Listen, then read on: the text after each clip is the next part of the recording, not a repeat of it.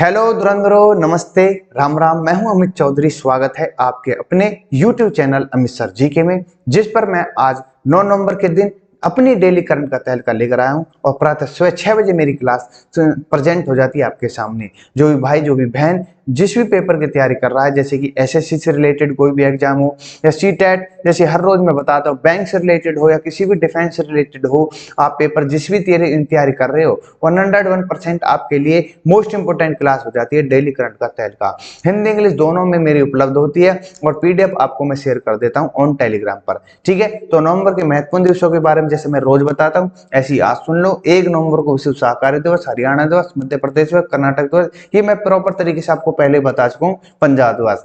8 नवंबर को विश्व रेडियोग्राफी दिवस, इसके बारे में आज प्रॉपर तरीके से मैं बताऊंगा। ठीक है, और विश्व कैंसर दिवस कब मनाया जाता है, ये आपको इन कमेंट में मुझे बताना है। तो आज का फर्स्ट क्वेश्चन जो कि मोस्ट इंपोर्टेंट होने वाला है, ठीक है मेरे भाई, ध्यान पूर्वक सुने।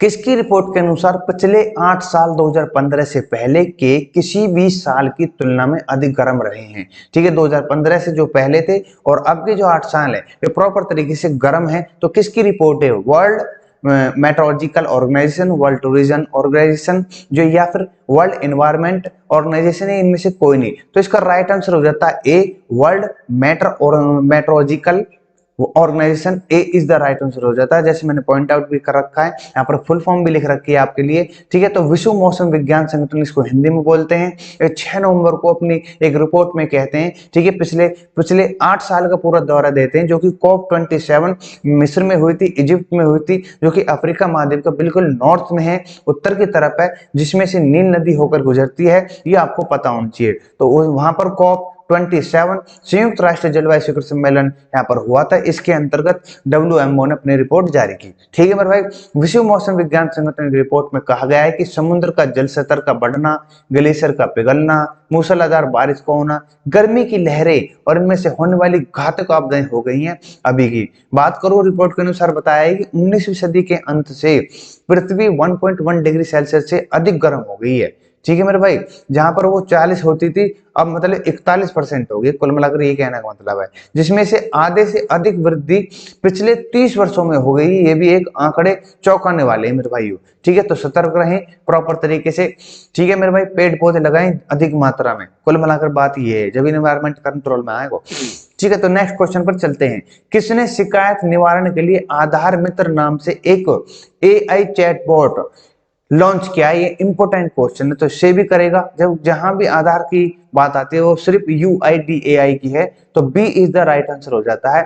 मैं बता दूं थोड़ा सा इसके बारे में, जो बेहतर उपयोगिता करता है उसके अनुभव के लिए UIDAI का नया AIML आधार पर चैटबॉट आधार लॉन्च किया गया है। ठीक है, इस नए चैटबॉट में उन सुविधाएं हैं, जैसे कि आधार का नामांकन, अपडेट स्थिति की जांच करवाना, आधार PVC कार्ड की स्थिति की ट्रैकिंग, नामांकन की स्थिति जानकारी इत्यादि इसके अंतर्गत है। उपयोगकर्ता इस चैटबॉट के माध्यम से शिकायत दर्ज कर सकते हैं। ये सभी चीजें आपको पता होनी चाहिए। ठीक है मेरे भाई, नेक्स्ट क्वेश्चन पर चलते हैं। ज्यादा खास नहीं था, लेकिन नेक्स्ट क्वेश्चन जो है ये इंपॉर्टेंट क्वेश्चन है। किसने बाढ़ की भविष्यवाणी के लिए फ्लड हब प्लेटफॉर्म लॉन्च किया है? तो किसने किया? टाटा, गूगल, जियो या फेसबुक? तो प्रॉपर तरीके से याद होना चाहिए फ्लड हब आपको। तो फ्लड में डबल ओ है, गूगल में डबल ओ है, तो इस प्रकार से आप याद कर सकते हो। B is the right answer. जिसने इसको भविष्यवाणी करनी, जैसे कहीं पर बाढ़ आने वाली है, तो उसके लिए गूगल ने ये फ्लड हब प्लेटफॉर्म लॉन्च किया है, जो पहले से ही बता देगा, सतर्क कर देगा सभी को। ठीक है, गूगल के एक फ्लड हब प्लेटफॉर्म लॉन्च किया है, जो प्रदर्शित करेगा कब कहां से बाढ़ आ सकती है। भविष्यवाणी करने के लिए, प्राकृतिक आपदा को बचाने के लिए, सूचित करने के लिए इसको लॉन्च किया गया है। किसके द्वारा? गूगल द्वारा। और जो ये AI बोर्ड बाढ़ जो पूर्ण अनुमान सेवा को लैटिन अमेरिका, अफ्रीका, दक्षिण पूर्व एशिया 18 देशों में विस्तार पूर्वक किया जा रहा है, मतलब प्रयोग किया जा रहा है इसका। भारत में इसमें पहली बार 2018 में किया गया था। ठीक है मेरे भाई, और भारत में लगभग, एक बात आंकड़े बताऊं तो 329 मिलियन हेक्टेयर बाढ़ की चपेट में है भारत का क्षेत्र। और भारत में बाढ़ के कारण हर साल लगभग 75 लाख हेक्टेयर भूमि प्रभावित होती है, जिनमें से 1600 लोग तो जान ही जाती है उन बेचारे की। ठीक है, तो गूगल ने बहुत अच्छा काम किया है। 2018 में इससे शुरुआत हो गई थी, और ये मोस्ट इंपोर्टेंट है आप सभी के जानने के लिए। नेक्स्ट क्वेश्चन पर चलते हैं, जो कि मोस्ट इंपोर्टेंट है। अगला भी, ये भी निशान लगा लेना भाई। समझो, किस राज्य के मंत्री मोहन यादव ने उज्जैन में वैदिक घड़ी लगाने की परियोजना का शिलान्यास किया है। ठीक है, वैदिक घड़ी जो पुराने जमाने में जो प्राचीन काल के अंतर्गत हुआ करती थी, उस समय की बात हो रही है।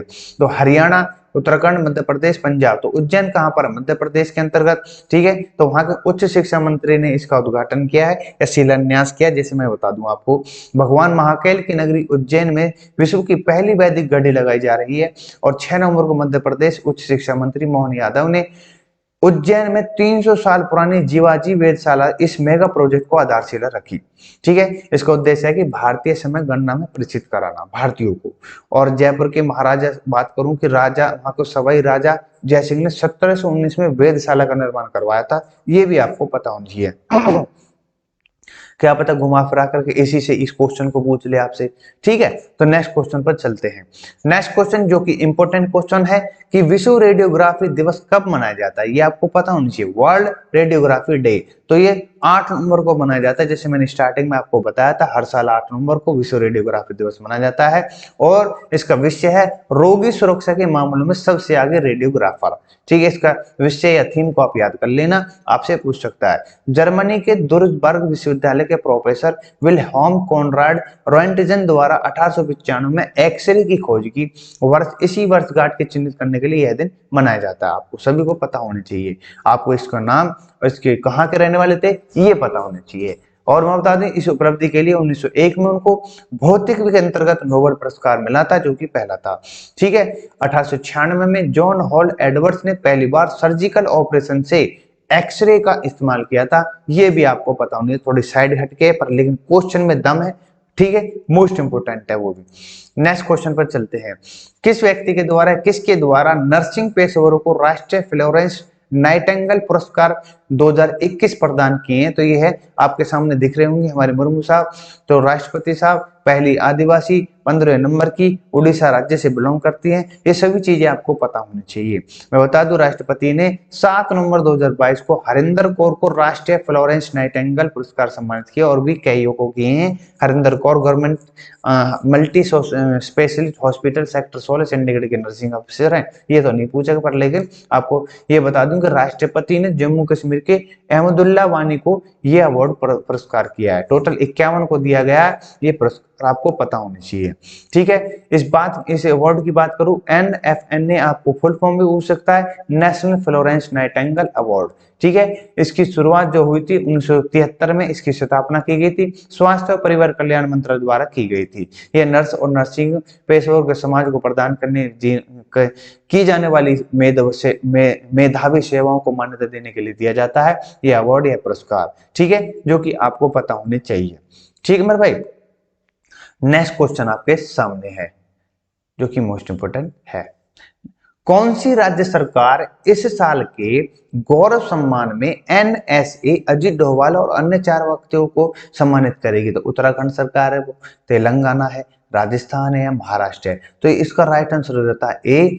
ठीक है, आपको पता होनी चाहिए। तो उत्तराखंड सरकार द्वारा उत्तराखंड गौरव सम्मान दिया जा रहा है। इसकी मैं बात करूं कि गीतकार प्रसन जोशी को ये डायरेक्टर हैं, 9 नवंबर को उत्तराखंड गौरव सम्मान से सम्मानित किया जाएगा और जो कि आज होने वाला है।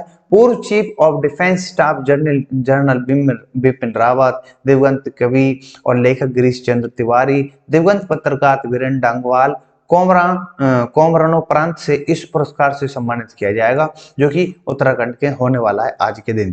प्रसन जोशी केंद्रीय फिल्म प्रमाणन बोर्ड के अध्यक्ष हैं, ये आपको पता होना चाहिए। अजीत डोभाल भारत के 5वें और वर्तमान राष्ट्रीय सुरक्षा सलाहकार हैं, ये भी मोस्ट इंपोर्टेंट है, आप सभी को पता होना चाहिए, जिसको NSA बोलते हैं, नेशनल सिक्योरिटी एडवाइजर।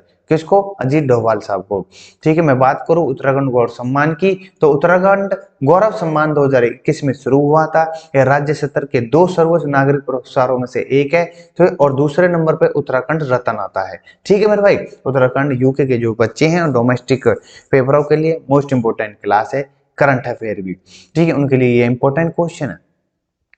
पूर्व CM जो ND तिवारी और पर्यावरणविदी अनिल प्रकाश जोशी हैं, लेखक रसिक बॉन्ड है, पर्वतरोही बछेंद्री पाल है, लोक गायक नरेंद्र सिंह है, नेगी ने पुरस्कार को अपना पहला संस्करण प्राप्त किया है। ये सभी चीजें आपको पता होनी चाहिए। उत्तराखंड गौरव सम्मान उत्तराखंड के अंतर्गत दिया गया। इंपोर्टेंट व्यक्ति हैं जी डोभाल साहब।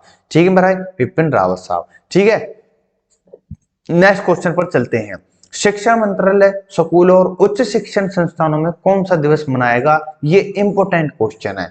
तो अक्षय ऊर्जा दिवस मनाया जाएगा, या बायोलॉजी दिवस मनाया जाएगा, या जनजातीय गौरव दिवस? तो इसका राइट आंसर हो जाता है जो ट्राइबल प्राइड डे है, मतलब जनजातीय गौरव दिवस है, सी शिक्षा मंत्रालय स्कूल, शिक्षा मंत्रालय जो है स्कूल और उच्च शिक्षण संस्थानों में इस दिवस को मनाया जाएगा, जो कि मोस्ट इंपोर्टेंट है। ठीक है मेरे भाई। आदिवासी स्वतंत्रता सेनानियों जैसे बिरसा मुंडा और अन्य के योगदान को चिन्हित करने के लिए 15 नवंबर को जनजातीय गौरव दिवस के रूप में मनाया जाएगा। किसकी याद में? बिरसा मुंडा। इन्होंने जनजातियों की आवाज उठाई थी और उन्होंने काफी आंदोलन का सामने मतलब आंदोलन किए थे। ठीक है। तो शिक्षा मंत्रालय, अखिल भारतीय तकनीकी शिक्षा परिषद, विश्वविद्यालय ज्ञानोत्थान आयोग, केंद्रीय और निजी विश्वविद्यालय, अन्य उच्च शिक्षण संस्थानों को सहयोग से इस दिन को मनाएगा। और 15 नवंबर के दिन आपको पता होगी बिरसा मुंडा जी की जयंती भी होती है। ये एक स्वतंत्रता सेनानी, समाज सुधारक, आदिवासी नेता थे बिरसा मुंडा। आप सभी को पता होगी इनके बारे में। ठीक है मेरे भाई। नेक्स्ट क्वेश्चन पर की ओर चलते हैं। किस कोर्ट ने फैसला सुनाया है कि आर्थिक रूप से कमजोर वर्ग, जिसको EWS बोला जाता है, इकोनॉमिकल वीकर सेक्शन बोला जाता है, के लिए नौकरियां और शिक्षा में 10% आरक्षण संवैधानिक रूप से मान्य दी गई है? तो किसने? हाई कोर्ट ने, स्टेट कोर्ट ने, सुप्रीम कोर्ट ने, नन। तो सुप्रीम कोर्ट के अंतर्गत ये बैठक हुई, जो कि मोस्ट इंपोर्टेंट है EWS के लिए। चलो बात करते हैं इसके थोड़ी सी कि भारत के मुख्य न्यायाधीश जो इस समय UU ललित बोले जाते हैं, उदय उमेश ललित, जिसका फुल फॉर्म नाम मतलब फुल फॉर्म है, नेतृत्व में सुप्रीम कोर्ट के 5 न्यायाधीशों के बीच में पीठ बैठी। 5 सीट थी, जिनमें से 3 की सहमति थी और 2 असहमति थी। 2 की असहमति, जिनमें से खुद UU ललित एक थे। मैं बात करता हूं जो कि इसके अगेंस्ट थे। पीठ ने बहुमत के साथ फैसला सुनाया कि EWS के लिए 10% आरक्षण संविधान के मूल ढांचे का उल्लंघन नहीं करता, लेकिन जो खुद CJI इस समय ललित साहब, उन्होंने कहा है कि ये बिल्कुल अगेंस्ट है। ठीक है। तो असहमति जताई उन्होंने इस आरक्षण को लेकर के। ठीक है। तो बेंच में जस्टिस दिनेश माहेश्वरी थे, रविंद्र भट्ट थे, बेलम त्रिवेदी थी, जस्टिस JV पारिदवाल थे। ठीक है। और UU ललित और न्यायमूर्ति S रविंद्र भट्ट ने असहमति जताई थी। इसके अंतर्गत आपको नाम से पूछा जा सकता है, ठीक, किस किस जज ने असहमति जताई थी इस आरक्षण को लेकर के। बात करूं 103वें संशोधन अमेंडमेंट की, तो वर्ष 2019 के 103वें संविधान संशोधन में भारत में EW आरक्षण का मार्ग प्रस्तुत किया था। इसके माध्यम से संविधान में अनुच्छेद 15(6) और 16(6) शामिल किए गए थे, जो कि पहले 15(5) और 16(5) हुआ करते थे। लेकिन इसके 103 या फिर EWS को आ जाने के बाद इसके प्रॉपर तरीके से सब टाइटल को बदल दिया गया था, सब क्लोज बोल दो। या फिर परिणाम स्वरूप SC ST OBC के अलावा अन्य व्यक्तियों को नौकरियों पर भी 10% आरक्षण प्रदान किया गया, जिनकी वार्षिक परिवार आय जो 8 लाख रुपए से कम है, उन सभी को EWS या 10% की छूट मिलेगी हर चीज के अंतर्गत। ये आप सभी को पता होनी चाहिए।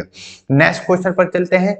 6 नवंबर को किस व्यक्ति की उपलब्धियों पर 2 पुस्तकों का विमोचन किया गया है? आप सभी को पता होगी, ये मोस्ट इंपोर्टेंट है, ये नाम पूछा जाएगा बिल्कुल। नरेंद्र मोदी की 2 पुस्तकें लॉन्च हुई हैं। मैं बता दूं अपने भाइयों को इन पुस्तकों का नाम कि Modi at the 20, dreams meet delivery और heartfelt the legacy of faith.